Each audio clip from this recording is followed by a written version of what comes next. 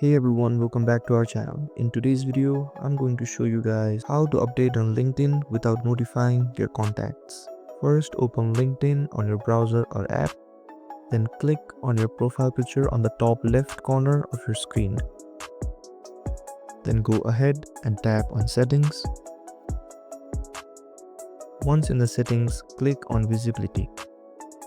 This is where you control what people see about your activity on LinkedIn.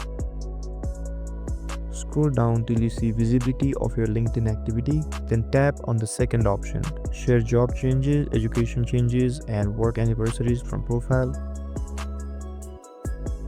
By default, this might be set to yes.